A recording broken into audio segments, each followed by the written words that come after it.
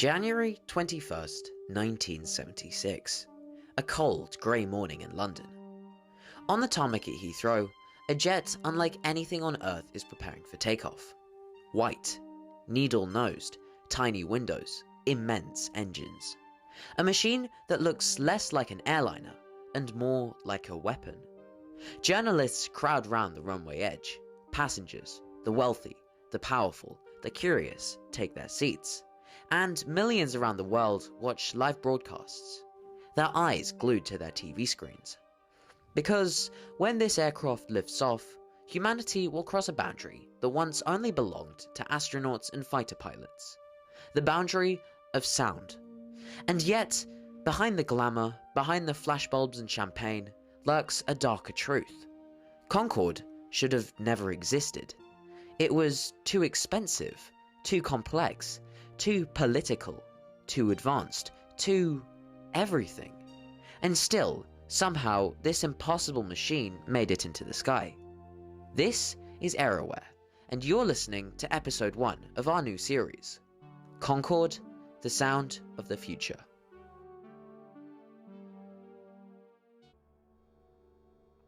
To understand Concorde, we must go back to the 1950s, a decade defined by speed. Jet fighters break the sound barrier, rocket engines roar into the heavens, America and the Soviet Union compete to control not just Earth, but space itself. Everywhere, speed is power, speed is privilege, speed is prestige, speed is politics. And Europe is recovering from the war, bombed cities, broken industries, and a very real fear. If the future belongs to speed, will Europe be left behind? In London, British engineers propose an idea so radical it borders on fantasy. A commercial airliner that flies at twice the speed of sound. In Paris, engineers at Sud Aviation, creators of the sleek Caravelle, sketch a similar dream. 2 teams, 2 nations, one impossible ambition. Supersonic flight. For everyone. But ambitions are fragile, and in the halls of government, ambition often collides with reality. Britain can't afford such a project alone. France can't either. So, in 1962, under enormous political pressure and creeping fear of American dominance, something historic happens. Britain and France quietly sign an agreement. Not just to cooperate, but to bind themselves together. For the first time in aviation history, 2 nations agree to build a single aircraft. Share the technology, share the risks, share the costs. They call it simply Concorde. Not the Concorde, just Concorde. The French spelling meaning agreement, harmony, and some say revenge.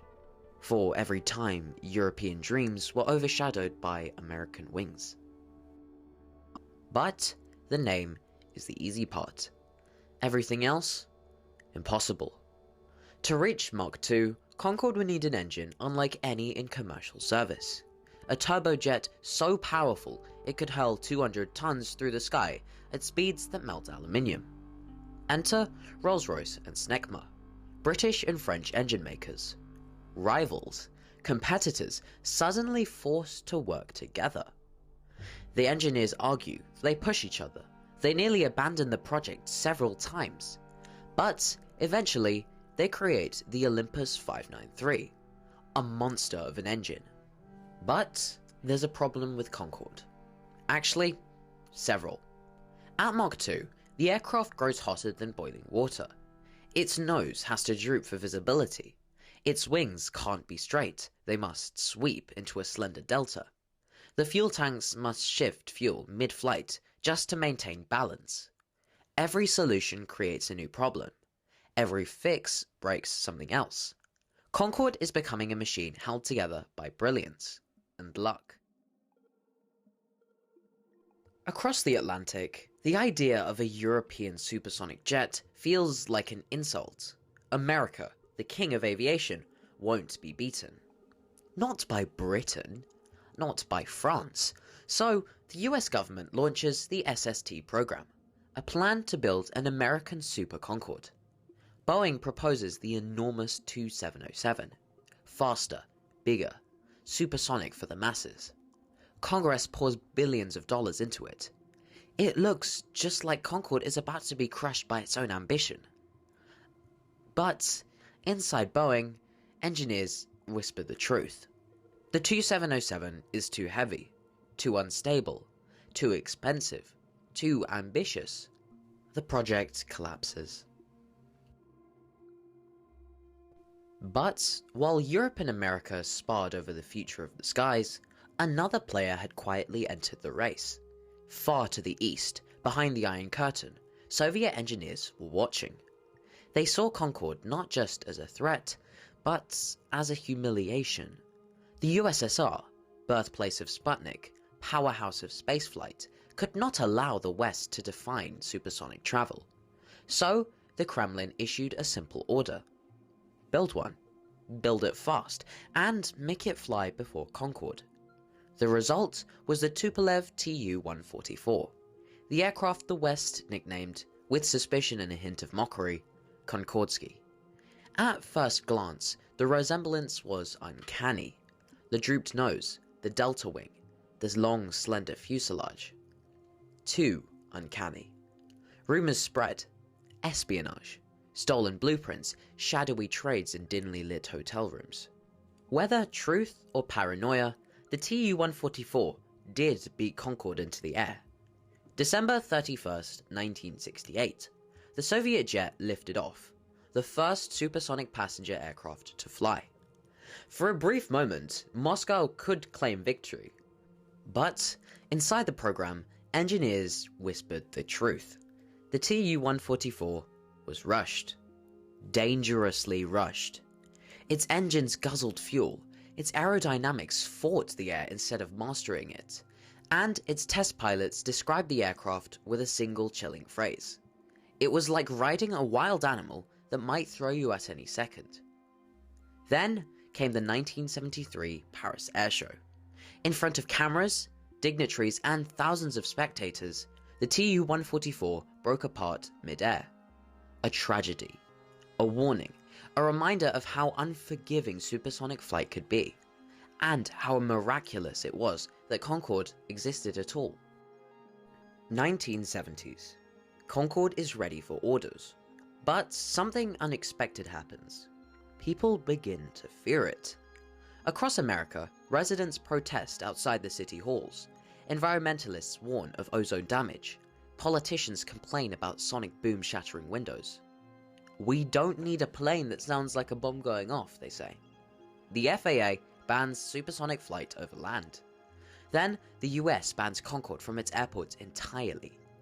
For a moment, Concorde is in grave danger of becoming a spectacular failure, a masterpiece with nowhere to fly. March 2nd, 1969, Toulouse. Hundreds gather as a white delta-winged aircraft rolls into place. Its nose, elegant and predatory, hangs in lowered position. The Olympus engines growl. Concorde, the aircraft that was almost too complicated to build, too political to approve, too controversial to fly, begins its takeoff roll.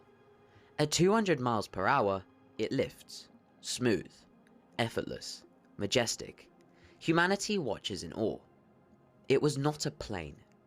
It was a miracle.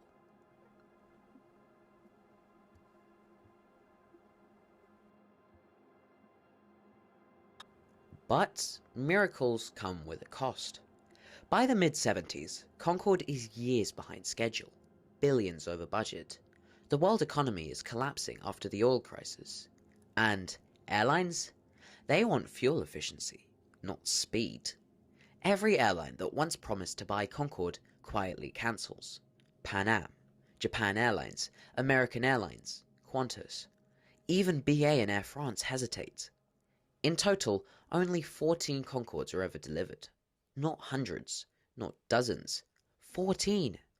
A commercial disaster, a political nightmare. But a technological leap, unmatched by anything before or since. January 21st, 1976. We return to where we begin. Two Concordes sit on two runways, one in London, one in Paris.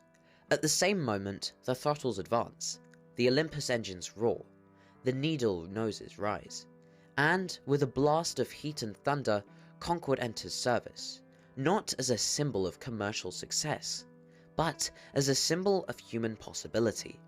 The fastest passenger aircraft ever built, an airliner that outruns sunsets, a machine that travels so fast it bends time.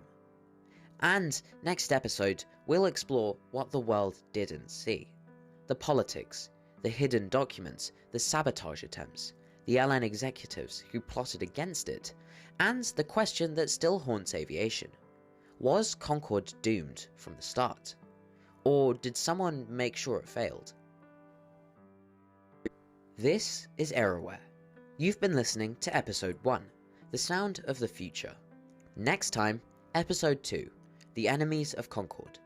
Until then, stay curious, stay aware, and keep looking up.